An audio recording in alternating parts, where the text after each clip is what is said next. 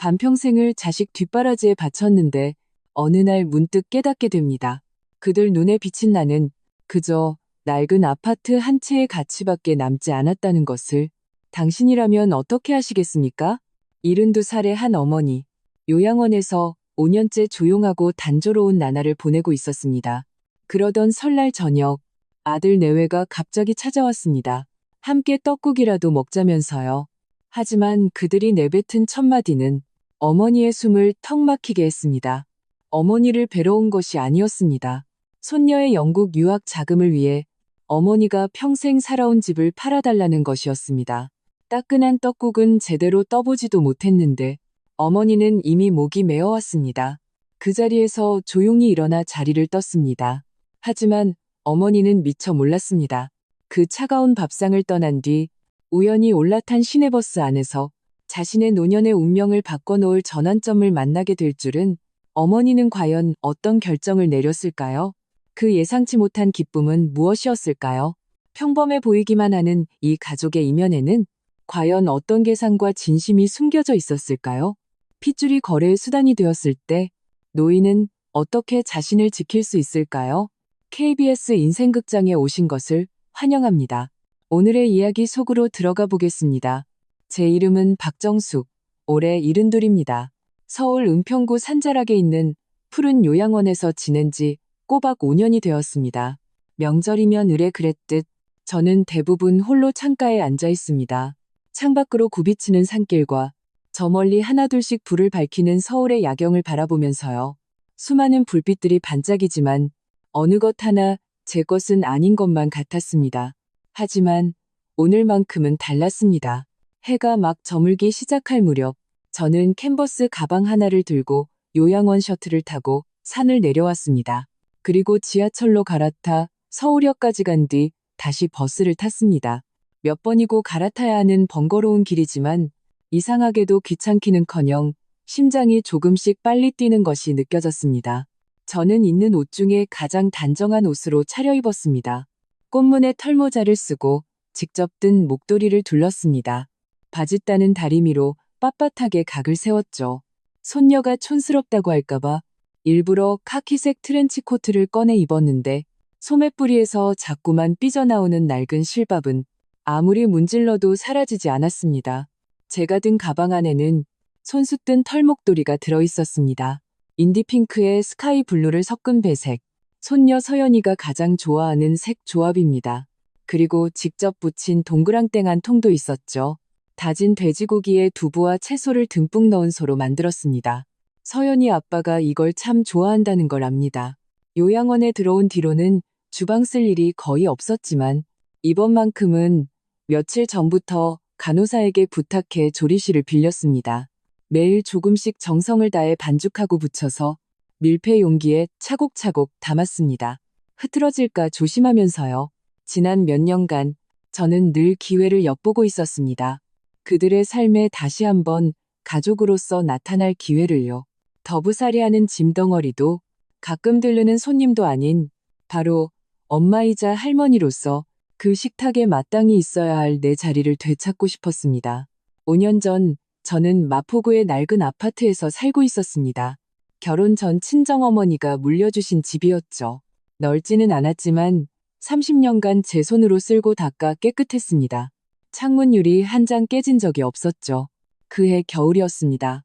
밤중에 화장실에 가다가 욕실에서 미끄러져 넘어졌습니다.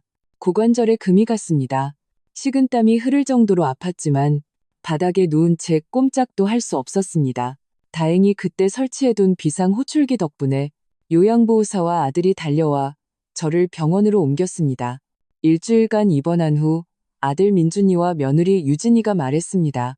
어머니, 혼자 계시는 건 너무 위험해요. 차라리 저희 집에 와서 잠시 지내세요. 뼈가 다 붙을 때까지만이라도요. 저는 진심으로 감동했습니다. 그 짧은 시간이 저를 다시 그들의 삶의 일부로 만들어줄 거라 믿었습니다. 하지만 열흘도 채 지나지 않아 뭔가 잘못되었다는 것을 깨달았습니다. 며느리 유진이의 말이 줄어들었고 미소는 기계적으로 변해갔습니다. 미간에 숨길 수 없이 드러나는 귀찮음은 마치 옷에 밴 기름때처럼 선명했습니다. 처음 며칠간 삼첩반상으로 차려지던 저녁 식탁은 점점 이첩으로 줄었고 나중에는 김치 한 접시에 며느리가 퇴근길에 사온 국 한 그릇이 전부일 때가 많았습니다. 부부의 대화도 제 앞에서는 눈에 띄게 줄었습니다. 어떨 때는 밥 먹는 내내 수저 부딪히는 소리 외에는 아무 소리도 들리지 않아 무서울 정도였습니다. 아들 민준이는 대놓고 말은 안 했지만 점점 더 과묵해졌습니다. 퇴근하면 방에 틀어박혀 휴대폰만 보거나 업무 때문에 나가봐야 한다며 자리를 피했습니다. 아들과 말 한마디 섞을 기회조차 줄어들었습니다. 나가라고 말하는 사람은 아무도 없었지만 그 침묵의 압박감은 어떤 말보다 더 숨막혔습니다. 저는 그들의 짐이 되어 있었습니다. 저는 평생 스스로 사리 분별은 할 줄 안다고 자부해왔습니다. 자식에게 눈치 보이는 늙은이가 되고 싶지 않았습니다.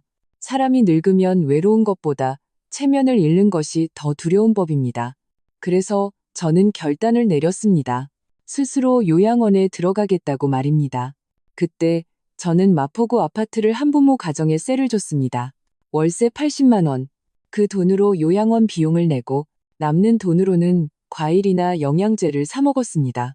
매달 나오는 국민연금 40만 원은 용돈으로 쓰기에 충분했죠. 제가 이렇게 사려 깊게 행동하면 아들 내외가 한숨 돌리면서도 저의 배려에 고마워할 줄 알았습니다. 하지만 5년 동안 그들이 저를 찾아온 횟수는 손에 꼽을 정도였습니다. 제 생일날 손녀 서연이는 카카오톡으로 할머니 생신 축하드려요. 이모티콘 하나를 보냈고 아들 민준이는 가족 단체방에 케이크 그림 하나를 띄고 올린 게 전부였습니다. 저는 그걸 캡처해서 고이 저장해 두었습니다. 언젠가 정말로 기억이 흐려져 이것마저 잊어버릴까 두려워서요. 매년 설날은 제가 유일하게 그들 집에 갈 수 있는 날이었습니다. 어머니, 저희가 자주 못 모시는 건 불편해서가 아니에요. 오가시는 길이 힘들까봐 그러죠. 물론 속마음은 알고 있었습니다. 제가 한번 오면 다시 돌아가지 않을까봐 두려운 것이겠죠. 하지만 저는 여전히 그들의 입에 발린 힘드실까봐, 추우실까봐 라는 말을 진심으로 저를 위하는 말이라 믿고 싶었습니다. 이 한 끼 식사가 형식적이라는 걸 압니다. 1년에 딱 한 번인데 뭘 더 바라겠습니까? 하지만 이 상징적인 의식은 제게 너무나도 중요했습니다. 올해는 특별히 일주일 전부터 외출 신청을 해두었고 간호사에게 혈압과 혈당이 안정적인지 몇 번이나 확인했습니다. 옷도 한 벌 한 벌 미리 입어보고 세탁해두었죠. 마치 중요한 시상식에 참석하는 사람처럼요. 이날은 1년 중 제가 유일하게 그들 집 식탁에 앉아 진짜 가족처럼 느껴질 수 있는 날이었으니까요. 아들네 집은 강남에 20년 된 아파트입니다. 엘리베이터 문이 열리고 익숙하면서도 낯선 현관문 앞에 섰습니다. 머리카락이라도 한 번 정돈해야 하나 망설이는 사이 문이 벌컥 열리며 서연이가 뛰쳐나왔습니다. 활짝 핀 꽃처럼 웃으면서요. 할머니, 오셨어요. 아이의 목에는 아무것도 둘러져 있지 않았습니다. 가느다란 목이 추위에 살짝 붉어져 있었습니다. 저는 서둘러 가방에서 직접 든 털목도리를 꺼냈습니다. 서연아, 할미가 보니까 겨울에 이렇게 다니면 감기 걸리겠다. 아이는 신나서 목도리를 받아들고는 그 자리에서 둘러맸습니다. 현관 거울 앞에서 몸을 빙빙 돌리며 말했죠. 예뻐요? 이런 색 조합 요즘 유행인데, 유행이라는 말에 제 마음은 절반쯤 녹아내렸습니다. 지난 며칠간의 수고가 헛되지 않았구나 싶었죠. 집안에서는 구수한 국물 냄새가 풍겨왔습니다. 가스레인지 위에서는 뭔가가 계속 끓고 있었고 식탁에는 음식이 가득 차려져 있었습니다. 김이 모락모락 나는 갈비찜, 윤기가 자르르 흐르는 잡채, 보기 좋게 담긴 삼색전과 맑은 떡국, 심지어 기름기가 반지르르한 족발조림까지 있었습니다. 저는 현관에 서서 문득 정말로 집에 돌아온 것 같은 기분을 느꼈습니다. 며느리 유진이가 주방에서 나왔습니다. 더할 나위 없이 완벽한 미소를 지으며 말했죠. 어머니, 오셨어요. 어서 앉으세요. 오늘 모처럼 온 가족이 다 같이 밥 먹네요. 저는 웃으며 고개를 끄덕였습니다. 하지만 식탁의 수저가 4벌 놓여있는 것을 발견했습니다. 그중 한 벌은 손잡이 그림이 낡고해진 플라스틱 수저였습니다. 나머지 3벌은 반짝이는 새 나무 수저였고요. 저는 아무 말 없이 그 플라스틱 수저를 제자리로 가져왔습니다. 식사는 그럭저럭 화기애애하게 진행되었습니다. 서연이는 졸업 발표회에서 춤을 출 거라고 자랑했고, 민준이는 연말이라 회사가 정신없이 바쁘다고 했습니다. 유진이는 조용히 국을 떠주고 반찬을 놔주었죠. 겉보기엔 평화로웠지만 저는 마음속으로 어딘가 불편한 기운을 느꼈습니다.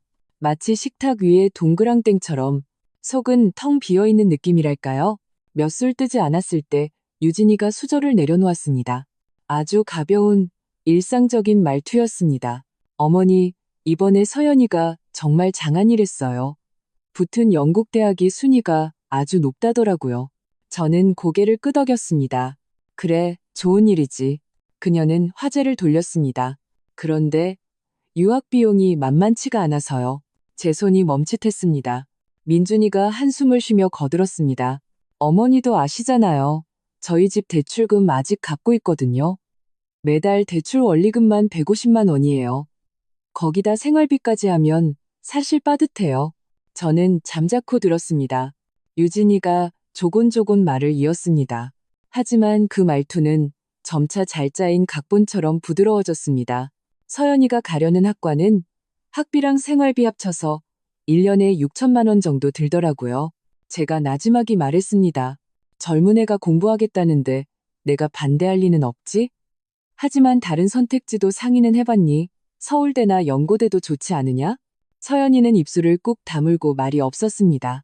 유진이의 미소는 그대로였습니다. 어머니, 저희가 서연이만큼은 저희처럼 힘들게 살지 않았으면 해서요. 더 넓은 세상을 보여주고 싶어요. 흔치 않은 기회잖아요. 그래서 어떻게 할 생각이니? 제가 묻자 민준이와 유진이는 서로 눈빛을 교환했습니다. 저는 이미 다음에 나올 말을 예감하고 있었습니다. 어머니, 저희 생각에는 어머님 마포구 아파트 있잖아요. 지금 시세가 정말 좋대요. 어차피 지금 요양원에 계셔서 비어있기도 하고 그 집을 팔면 서연이 유학 자금을 한 번에 해결할 수 있을 것 같아요. 저는 수저를 내려놓았습니다.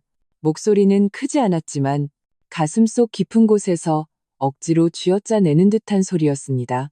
나더러 집을 팔라고? 유진이가 즉시 어머니를 위한 일하는 듯한 표정을 지었습니다. 어머니, 돈 달라는 게 아니에요. 서연이의 미래를 위해서죠. 그리고 이 집도 빨리 현금화하는 게 어머님한테도 안전해요. 나중에 유지보수나 세금 문제도 복잡하잖아요. No. 저는 아들 민준이를 바라봤습니다. 너도 그렇게 생각하니? 아들은 고개를 숙인 채 저를 쳐다보지 못했습니다. 엄마, 서연이는 엄마 손녀잖아요. 손녀 잘 되길 바라시는 거 아니에요? 그랬군요. 저는 엄마, 보고 싶었어요 라는 말을 기다렸는데 그들은 제가 그래, 집 팔아라 하고 고개를 끄덕여주길 기다리고 있었던 겁니다. 저는 희미하게 웃었습니다. 바람에 흩날리는 낙엽처럼 건조한 웃음이었습니다. 내가 요양원에서 지낸 5년 동안 너희는 몇 번이나 찾아왔지? 민준이는 입을 열었지만 한마디도 하지 못했습니다. 5년 전 내가 넘어져 다쳤을 때 너희는 날 돌봐준다는 명목으로 데려갔지. 하지만 실제로는 어땠지? 딱 열흘 만에 내가 엄청난 골칫덩어리가 된 기분을 느끼게 했어. 너희에게 짐이 되기 싫어서 내가 스스로 요양원에 가겠다고 했다. 집을 세주고 그 돈으로 모든 비용을 내가 해결했어. 너희에게 돈 한 푼 받은 적 없다. 이 5년간 너희는 날 몇 번이나 보러 왔고 진심으로 내 안부를 묻는 전화를 몇 통이나 했지? 설날 이 한 끼 밥 말고 너희는 나라는 엄마가 있다는 걸 기억이나 하니? 식탁은 떡국 끓는 소리마저 들릴 정도로 조용해졌습니다. 제가 말을 이었습니다. 목소리는 무서울 정도로 차분했습니다.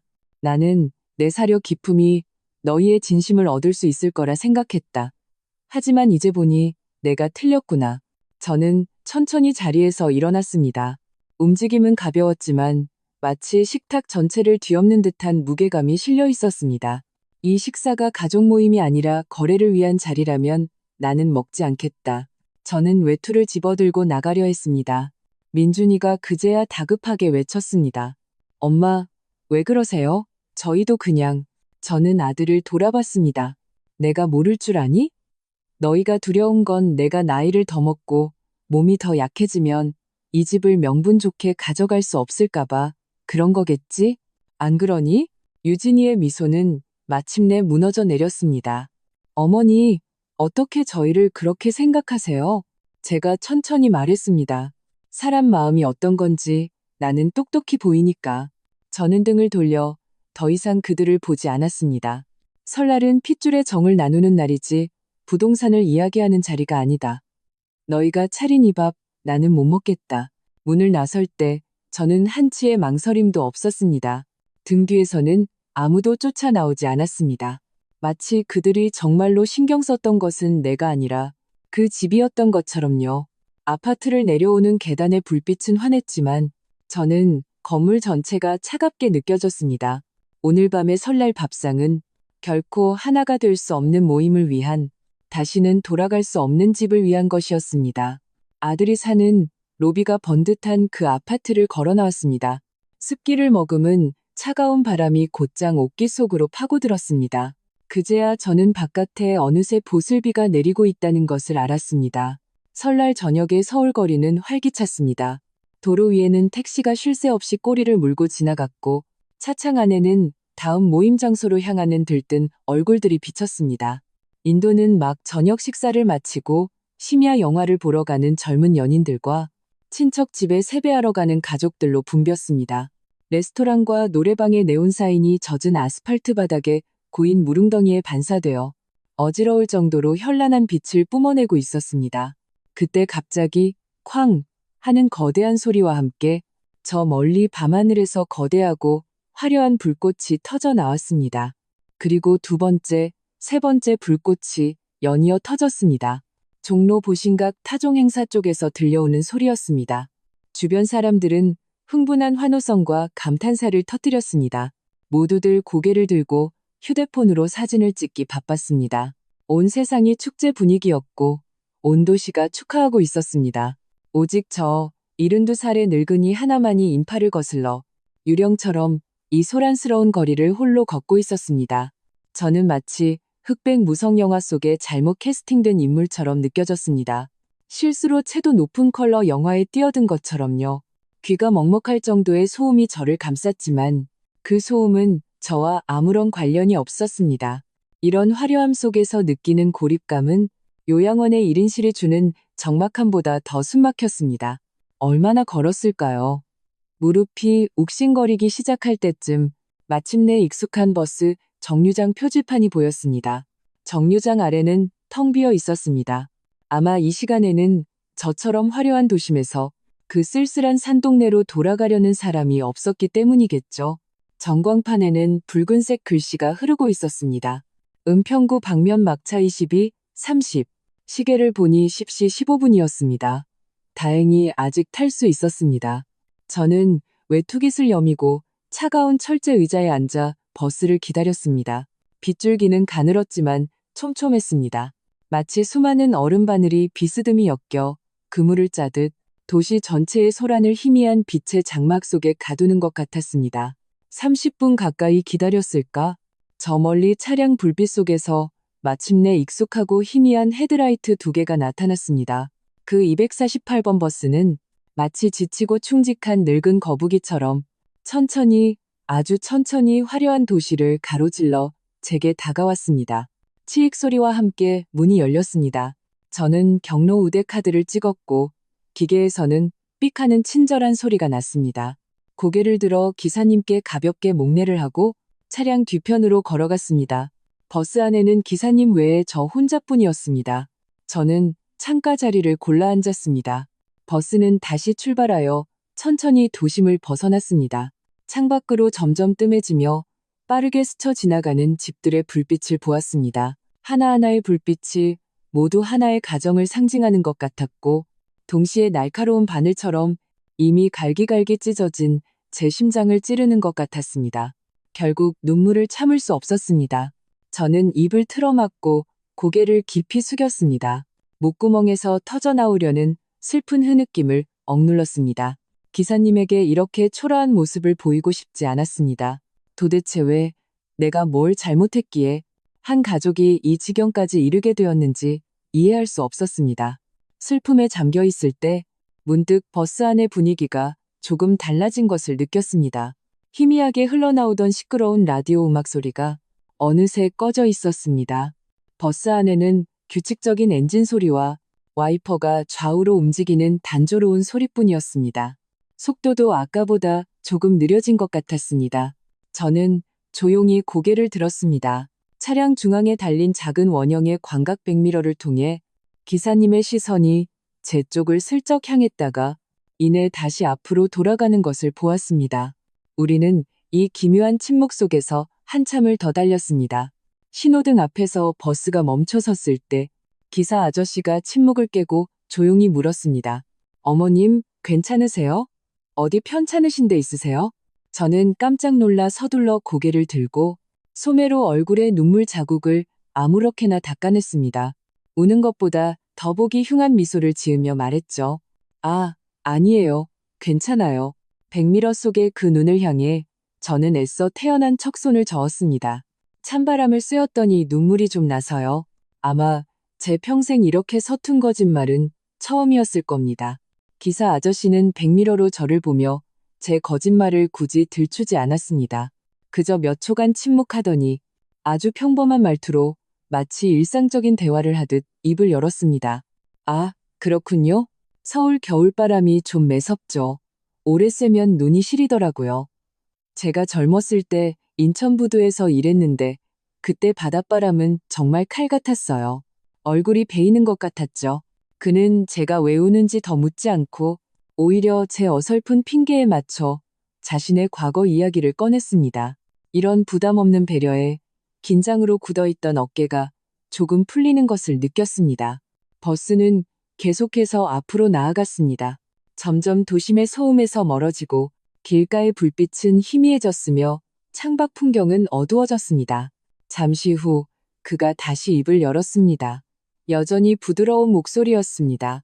어머님, 이렇게 늦게 귀가하시네요. 가족분들이랑 식사하고 오시는 길이세요? 그는 아주 조심스럽고 자연스럽게 그저 지나가듯 물었습니다. 가족, 식사라는 단어에 간신히 멈췄던 눈물이 다시 왈칵 쏟아질 뻔했습니다. 저는 고개를 숙여 너무 힘을 줘 하얗게 변한 손마디를 바라보며 네, 하고 짧게 대답했습니다. 그를 속이고 싶지는 않았지만 우리 집의 부끄러운 사정을 낯선 사람에게 털어놓고 싶지도 않았습니다. 기사 아저씨는 제 망설임을 눈치챈 듯 다시 침묵했습니다. 이번 침묵은 더 길었습니다.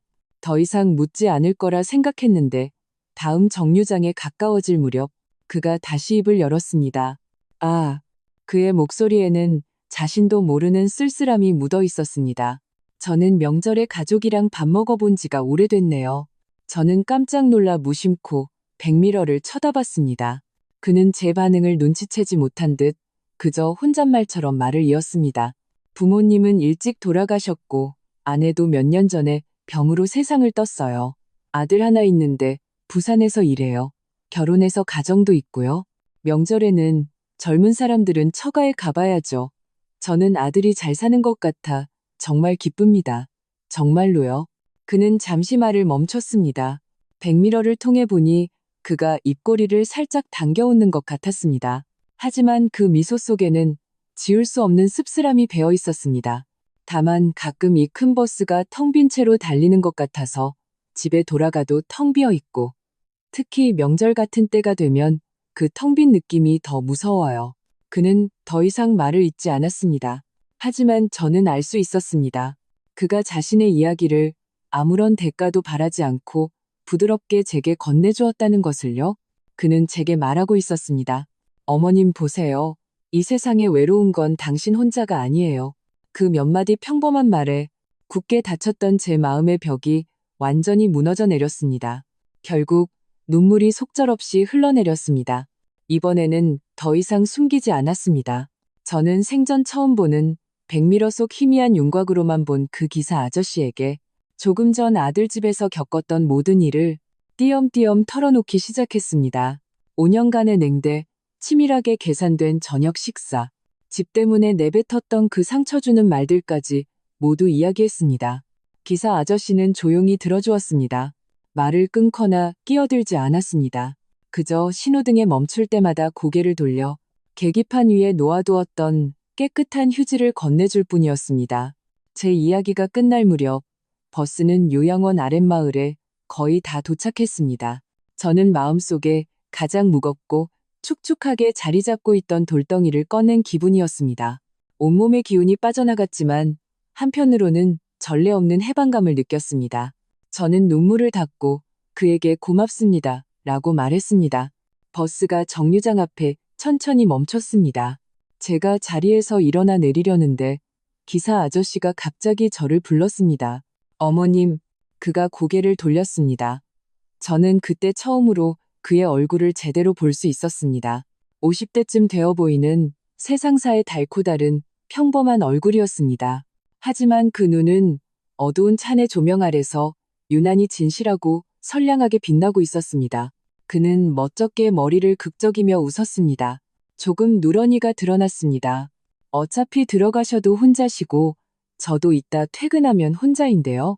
그는 운전석 옆 캔버스 가방에서 비닐봉지에 담긴 조금은 눌린 삼각김밥 2개와 은색 보온병 하나를 꺼냈습니다. 괜찮으시다면 여기 편의점에서 산 삼각김밥 2개랑 예전에 제 아내가 좋아하던 따뜻한 쌍화차가 좀 있는데 우리 같이 명절새는 셈칠까요? 저는 완전히 멍해졌습니다. 그의 손에 들린 값싼 삼각김밥과 어둠 속에서도 선한 빛을 잃지 않는 그의 눈을 번갈아 보았습니다. 코끝이 찡해지며 눈물이 다시 핑 돌았습니다. 저는 홀린 듯이 힘껏 고개를 끄덕였습니다. 사람 하나 없는 희미한 가로등 불빛만이 비추는 그 버스 정류장에서 저는 이철수라는 이름의 낯선 기사 아저씨와 함께 차갑고 심지어 맛도 별로 없는 삼각김밥 2개와 그가 보온병에 밤새도록 따뜻하게 데워온 마음속까지 달콤해지는 쌍화차 한 병을 나누어 마셨습니다. 그것은 제 평생 먹어본 가장 단출하지만 가장 따뜻한 설날 음식이었습니다. 마지막으로 저는 가방에서 약 시간을 적어두는 작은 메모지를 꺼내 그의 전화번호를 받아 적었습니다. 그에게 제대로 된 따뜻한 밥 한 끼를 대접하고 싶었습니다. 설날 밤 요양원으로 돌아온 저는 많은 눈물을 흘렸지만 신기하게도 지난 5년간 가장 편안한 잠을 잤습니다. 그 달콤한 쌍화차가 마음속에 오랫동안 쌓여있던 쓴맛을 씻어내 준 것 같았습니다. 설 다음 날 아침 일찍 저는 지팡이를 짚고 천천히 산 아래 시장으로 향했습니다. 가장 신선한 삼겹살과 뼈를 발라낸 닭다리, 그리고 명절에나 큰맘 먹고 살 수 있는 좋은 식재료들을 샀습니다. 오전 내내 저는 텅 빈 주방에서 홀로 분주하게 움직였습니다. 먼저 재워둔 등갈비를 하나하나 전분 가루에 묻혀 기름에 노릇하고 바삭하게 튀겨냈습니다. 그리고 한번 데쳐낸 족발을 팔각, 간장, 설탕과 함께 큰 솥에 넣고 약한 불에서 천천히 졸였습니다. 주방 전체에 행복해서 눈물이 날 것 같은 고기 냄새가 퍼질 때까지요. 고소한 들기름에 볶은 잡채도 한가득 만들었습니다. 계란 지단과 버섯, 고기를 듬뿍 올려서요. 하나하나 모두 제 가장 자신 있는 명절 음식이자 과거의 아들 민준이가 가장 좋아하고 입맛을 다시던 음식들이었습니다. 하지만 오늘 이 음식들을 만들면서 제 마음속에 떠오른 사람은 더 이상 저를 슬프게 한 아들이 아니었습니다. 제 마음속에는 이철수 씨의 소박하고 선량한 미소가 떠올랐습니다. 혼자서 그 텅 빈 막차를 몰고 아무도 없는 집으로 돌아갈 그가 얼마나 외로울까 생각했습니다. 이 따끈한 밥과 반찬을 먹으면 그의 마음이 조금은 따뜻해지지 않을까요? 마지막 요리인 가족의 화합을 상징하는 백숙을 냄비에서 건져내 접시에 담으려던 순간이었습니다. 주방 문 밖에서 제가 듣고 싶지 않았던 가식적인 목소리가 들려왔습니다. 어머니, 와, 냄새 좋다. 돌아보지 않아도 누군지 알 수 있었습니다. 아들 민준이, 며느리 유진이, 그리고 손녀 서연이가 포장이 화려한 선물 상자를 양손 가득 들고 부르지도 않았는데 주방문 앞에 나타난 것이었습니다. 민준이는 저를 보자마자 빠른 걸음으로 다가왔습니다. 후회와 안타까움이 가득한 얼굴로 저를 보며 말했죠. 어머니, 죄송해요. 설날 저녁에는 저희가 다 잘못했어요. 너무 화나게 해드렸어요. 마음에 담아두지 마세요. 저희가 바로 보러 왔잖아요. 그의 시선은 금세 식탁 가득 차려진 음식에 꽂혔습니다. 눈이 반짝 빛났습니다. 와, 어머니가 직접 만드신 등갈비 튀김이랑 족발 조림이네. 냄새 진짜 좋다. 제가 제일 좋아하는 건데. 유진이도 옆에서 빈틈없이 거들었습니다. 어머니, 보세요. 정말 칼로물 백이라더니. 화는 나셔도 마음속으로는 민준 씨 생각해서 이렇게 맛있는 걸 잔뜩 해놓으셨네요. 입맛 까다로운 거 아시고요. 손녀 서연이도 따라 말했습니다. 할머니, 죄송해요. 저희한테 화내지 마세요. 네? 세 사람은 한마음이 되어 너무나도 자연스럽게 연기를 펼쳤습니다. 저는 그들을 상대하지 않고 몸을 돌려 그들에게 등을 보인 채 미리 준비해둔 커다란 2단 도시락통과 보온 용기 몇 개를 꺼냈습니다. 그리고 침묵 속에서 하나하나 식탁 위에 놓인 김이 모락모락 나는 명절 음식을 정성스럽게 담기 시작했습니다. 세 사람은 제 뒤에 서서 기대와 의아함이 섞인 눈빛으로 저의 분주한 손놀림을 지켜봤습니다. 제가 마지막 뚜껑을 닫고 나서야 마침내 몸을 돌려 물음표로 가득 찬 그들의 얼굴을 차갑게 바라보았습니다. 그리고 또박또박 분명하게 말했습니다. 이건 너희 먹으라고 만든 거 아니다. 민준이의 얼굴에서 미소가 굳었습니다. 유진이의 그 상냥하던 표정도 너무 오래 쓴 가면처럼 금이 가기 시작했습니다. 오직 서연이만이 무슨 일이 일어났는지 이해하지 못한 채 저와 자기 부모를 번갈아 쳐다볼 뿐이었습니다. 엄마, 이게 무슨 말씀이세요? 이렇게 많이 하시고 저희 안 주시면 누구 주시려고요? 저는 대답하지 않았습니다. 마지막으로 남은 따끈한 닭백숙 국물을 거실에 있는 가장 큰 원형 식탁으로 옮겼습니다. 그리고 수저를 놓기 시작했습니다. 저는 정성껏 2벌의 수저를 놓았습니다. 한 벌은 상석에, 다른 한 벌은 그 오른쪽 자리에, 더도 말고 덜도 말고 딱 2벌이었습니다. 그리고 저는 앞치마를 풀고 벽시계를 한번 본 뒤 그들에게 말했습니다. 너희들 별일 없으면 이제 그만 돌아가거라. 나 조금 있다 손님 오신다. 저는 내쫓듯이 말했지만 그들은 가지 않았습니다. 아마 정말로 분하기도 하고 너무나도 궁금했기 때문일 겁니다. 이 늙은이가 대체 얼마나 대단한 손님을 초대했기에 자기 친아들 가족을 내쫓으려 하는지 보고 싶었겠죠. 그들은 대꾸하지 않고 조용히 거실 구석 소파로 물러났습니다. 세 사람은 나란히 앉아 마치 판결을 기다리는 죄수처럼 멀리서 침묵하며 저를 지켜봤습니다. 저도 그들을 신경 쓰지 않고 혼자 차를 한 주전자 우련의 식탁에 앉아 조용히 손님을 기다렸습니다. 11시 반이 조금 지났을 때 요양원 현관문이 열리며 이철수 씨가 들어왔습니다. 그는 오늘 기사 유니폼이 아닌 깨끗한 파란색 점퍼에 청바지를 입고 있었습니다. 머리도 단정하게 빗었고 손에는 싱싱해 보이는 딸기 한 상자를 들고 있었습니다. 그날 밤보다 훨씬 건강해 보였습니다. 그는 구석에 앉아있는 민준이네 가족을 보고 잠시 멈칫하며 어색한 표정을 지었습니다. 저는 그에게 손을 흔들며 웃었습니다. 아주 오랜만에 마음속 깊은 곳에서 우러나오는 미소였습니다. 철수 씨, 오셨네요. 어서 와요. 앉아요. 음식이 막 다 돼서 아직 따끈따끈해요. 저는 그를 상석 옆자리로 안내하고 그의 손에 들린 딸기 상자를 받으며 말했습니다. 아이고, 뭘 이런 걸 다. 너무 신경 쓰셨네. 그냥 몸만 와도 되는데? 그리고 저는 구석에 앉은 세 쌍의 눈이 지켜보는 앞에서 향긋한 냄새가 진동하는 족발 조림 그릇을 철수 씨 앞으로 밀어주었습니다. 내 솜씨 한번 맛봐요. 이 족발 오전 내내 졸인 거예요. 아주 부드럽고 맛있을 거예요. 저는 또 노릇하게 튀겨진 등갈비 한 조각을 집어 그의 밥그릇에 놓아주었습니다. 이 등갈비 튀김도요. 뜨거울 때 먹어야 제일 맛있어요. No. 우리 두 사람은 10명은 좋게 앉을 수 있는 그 커다란 원형 식탁에서 시끌벅적하게 식사를 시작했습니다. 제가 반찬을 집어주면 그가 국을 떠주었습니다. 우리는 그가 버스를 운전하며 겪은 재미있는 이야기, 요양원 친구들의 소소한 이야기들을 나누며 웃음이 끊이지 않았습니다. 처음부터 끝까지 저는 구석 쪽을 단 한 번도 쳐다보지 않았습니다. 하지만 탐조등처럼 세 갈래의 시선이 계속해서 우리에게 꽂혀 있는 것을 느낄 수 있었습니다. 그들은 마치 남의 결혼식 피로연에 잘못 찾아온 불청객처럼 철저하고 무정하게 소외되었습니다.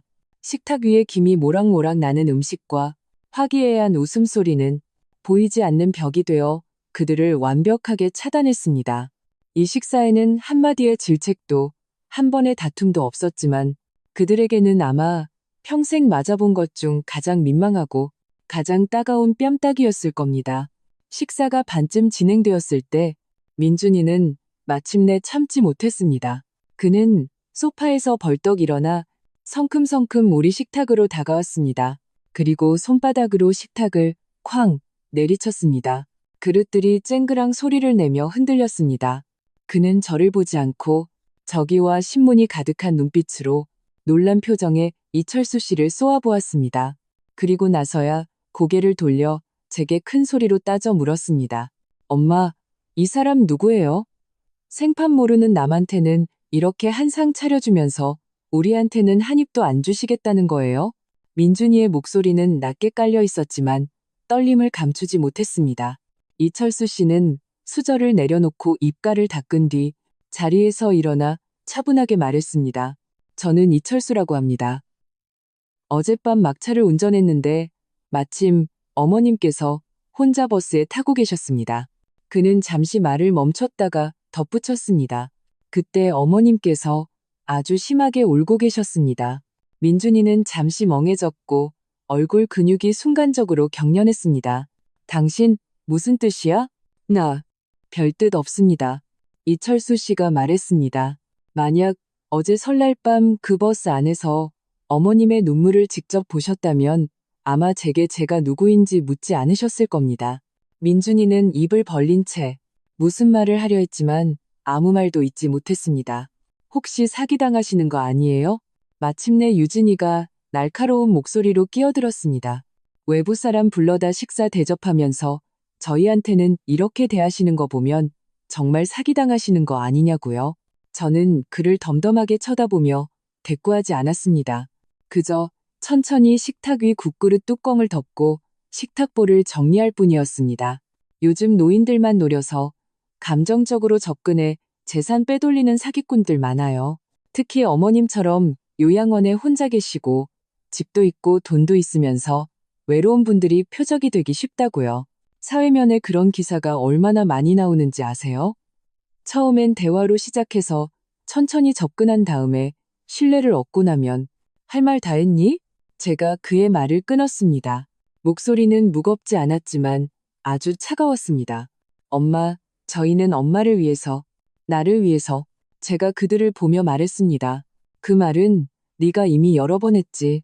내가 원하지 않는 일을 시킬 때마다 항상 나를 위한 것이라고 했어. 저희는 그냥 엄마가 사기당할까봐 걱정돼서 나를 사기당할까봐 걱정한다고? 저는 고개를 끄덕였습니다. 그럼 내가 반대로 묻겠다.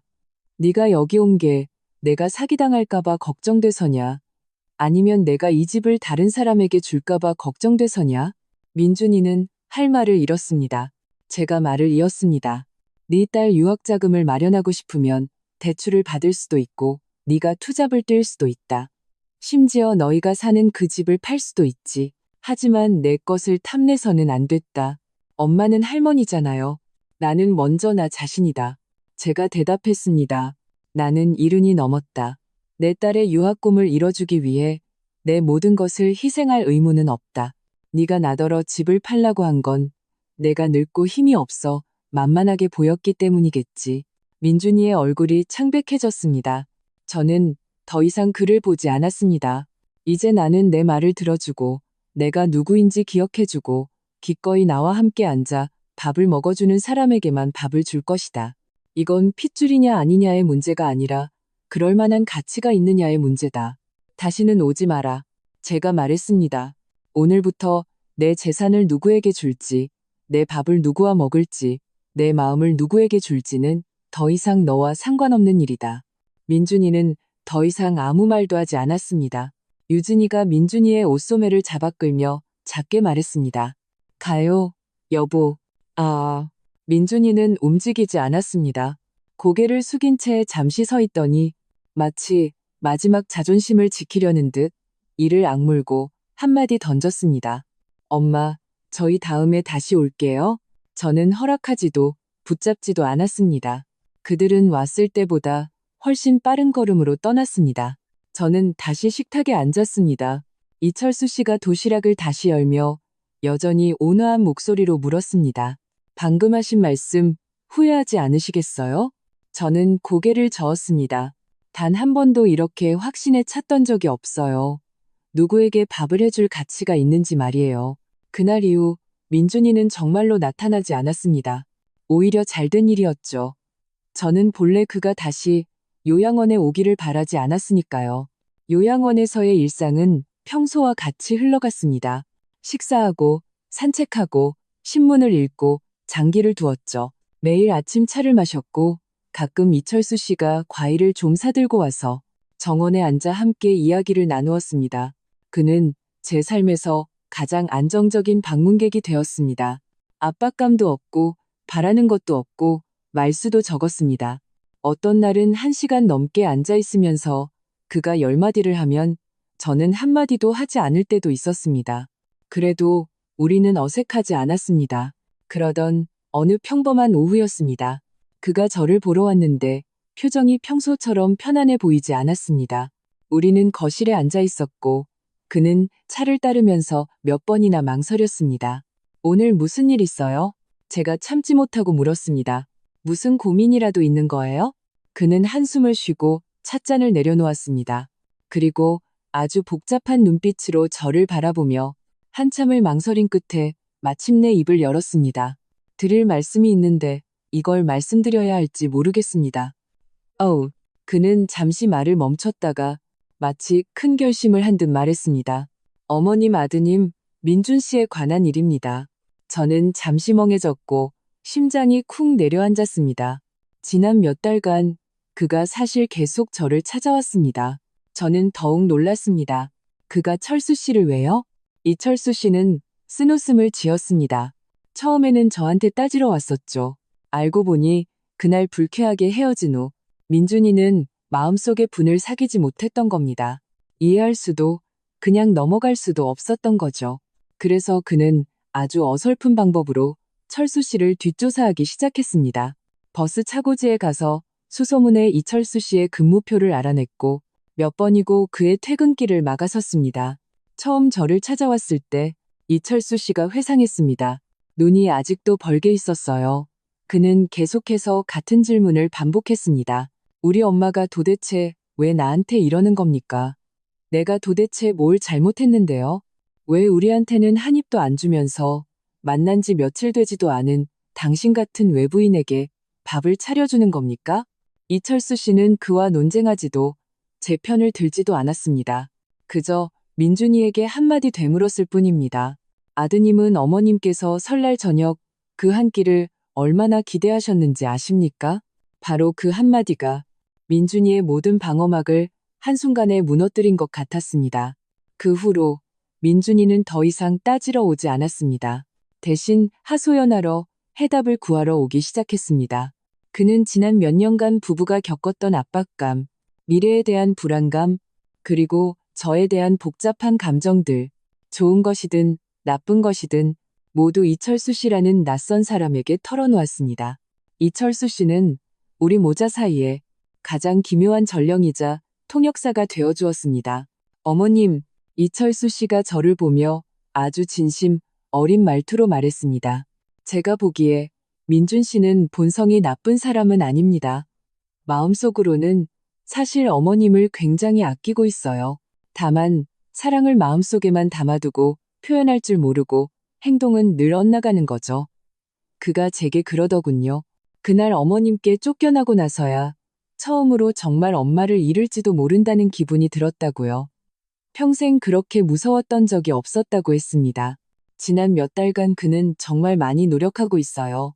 며느님도 다시 일을 시작했고 두 사람이 사는 집을 담보로 대출을 받아 스스로의 힘으로 딸을 유학 보내기로 결정했답니다. 이철수 씨는 여기까지 말하고 잠시 멈췄습니다. 그는 저를 보며 거의 애원하는 듯한 말투로 조용히 말했습니다. 어머님, 제가 이런 말씀을 드릴 자격이 없다는 걸 압니다. 하지만 그가 어머님을 정말 보고 싶어 한다는 걸 알아요. 다만 너무 면목이 없어 찾아뵙지 못하는 겁니다. 부디 다시 한번 기회를 주실 수 없을까요? 이철수 씨의 말을 들으며 제 마음속에서는 온갖 감정이 뒤섞였습니다. 저는 한 번도 생각해 본 적이 없었습니다. 제 아들의 변화와 참회가 낯선 사람의 입을 통해 제게 전해지리라고는. 이것이 과연 비극일까요? 희극일까요? 마지막에 저는 그저 담담하게 말했습니다. 하고 싶은 말이 있다면 직접 와서 하라고 하세요. 일주일 후 어느 주말 오후였습니다. 민준이는 마침내 용기를 내어 다시 요양원을 찾아왔습니다. 이번에는 혼자가 아니었습니다. 그의 곁에는 다소 멋쩍은 표정의 이철수 씨가 함께 있었습니다. 저는 민준이를 보았습니다.